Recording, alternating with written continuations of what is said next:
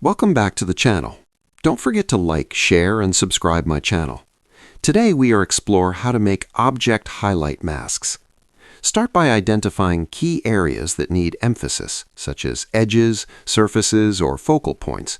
Then create a selection and refine it using Mask Overlay mode. Apply the mask to a curves or exposure adjustment layer to gently increase brightness and contrast only where needed. Use low opacity brushes to maintain smooth transitions and avoid harsh highlights. Optional enhancements include stacking multiple highlight masks for layered depth. Object highlight masking helps guide viewer attention and improves clarity in professional visuals.